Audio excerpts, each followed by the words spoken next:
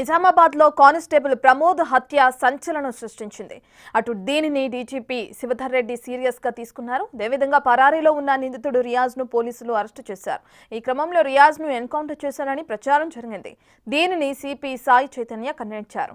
రియాజ్ ను ప్రాణాలతో పట్టుకున్నామని తెలిపారు. నిందితుడిపై ఎలాంటి కాల్పులు జరపలేదని, నిజామాబాద్లో ఎలాంటి ఎన్కౌంటర్ జరగలేదని స్పష్టం చేశారు. అరెస్టు సమయంలో గాయాలైన రియాజ్ చికిత్స పొందుతున్నాడని, అందుకు సాక్ష్యంగా సంబంధించిన ఫోటోను కూడా విడుదల చేశారు.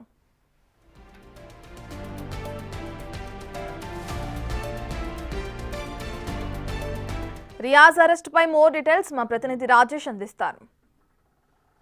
తెలంగాణ రాష్ట్ర వ్యాప్తంగా కూడా సంచలనం రేపిన ఏదైతే కానిస్టేబుల్ ప్రమోద్ హత్యకి సంబంధించి రియాజ్ని అరెస్ట్ చేశారు. ఇప్పటివరకు మధ్యాహ్నం నుంచి సాయంత్రం వరకు కూడా ఎవరైతే రియాజ్ ఉన్నారో రియాజ్ పోలీసులు అదుపున్నాడు. ఎన్కౌంటర్ జరిగిందనేది ఒక పెద్ద ప్రాపగండ జరిగింది. కానీ పోలీసులు దాన్ని కొట్టివేశారు. సిపి సాయి చైతన్య క్లియర్గా ప్రెస్ నోట్ రిలీజ్ చేశారు. రియాజ్పై ఎక్కడ కూడా కాల్పులు జరపలేదు, రియాజ్ని ఎన్కౌంటర్ జరగలేదు, రియాజ్కి కొన్ని దెబ్బలు తగిలాయి. దాని తర్వాత నిజామాబాద్ ప్రభుత్వ ఆసుపత్రిలో చికిత్స నిర్వహిస్తున్నామని చెప్పారు. ఈ ప్రభుత్వ ఆసుపత్రిలోనే ప్రస్తుతం నిజామాబాద్ ప్రభుత్వ జిల్లా ఆసుపత్రిలోనే 401లో ఇక్కడ ట్రీట్మెంట్ జరుగుతుంది.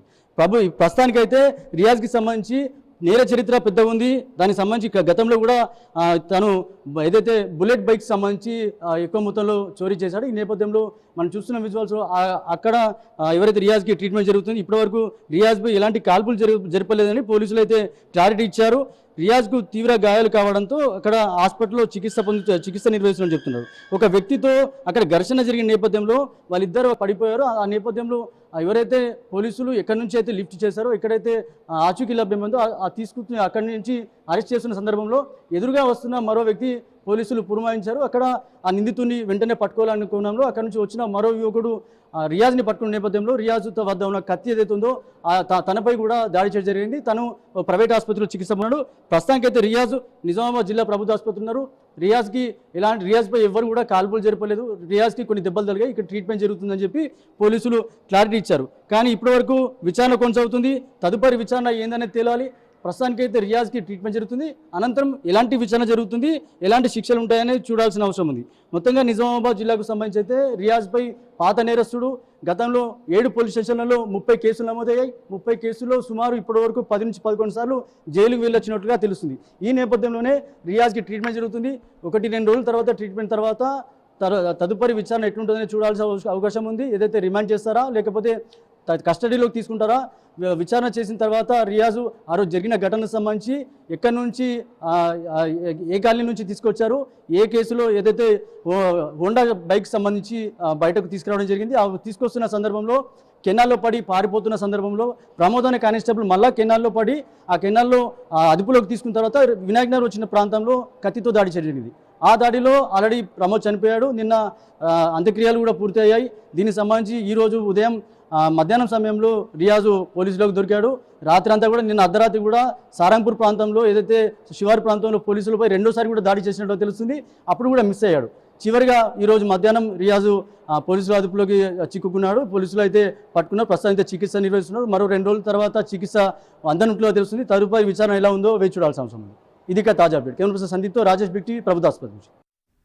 2 రోజులుగా పరారీలో ఉన్న రియాజ్ అరెస్టు సమయంలో హల్చల్ చేశాడు. తొలుత సారంగపూర్ శివార్లోని ఓ షెడ్డులో తలదాచుకున్నట్లు పోలీసులకు సమాచారం అందింది.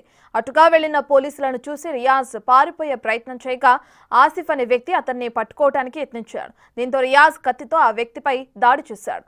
ఇక వెంటనే పోలీసులు కూడా రియాజ్ ను చుట్టుముట్టి అదుపులోకి తీసుకున్నారు. ప్రస్తుతం గాయపడిన నిందితుడు ప్రభుత్వ ఆసుపత్రిలో చికిత్స పొందుతున్నాడు.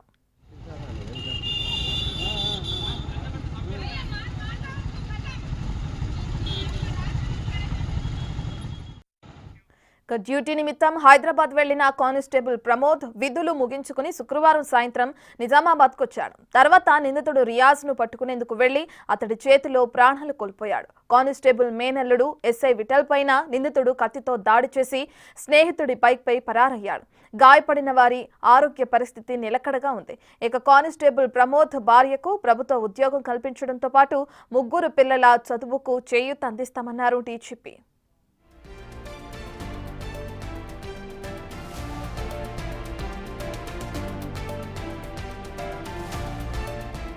నిందితుడు రియాజ్ కు సుదీర్ఘ నేర చరిత్ర ఉన్నట్లు పోలీసులు గుర్తించారు. గత 3 ఏళ్లలో ఏకంగా 40 కేసులు నమోదైనట్లు పోలీసులు తెలిపారు.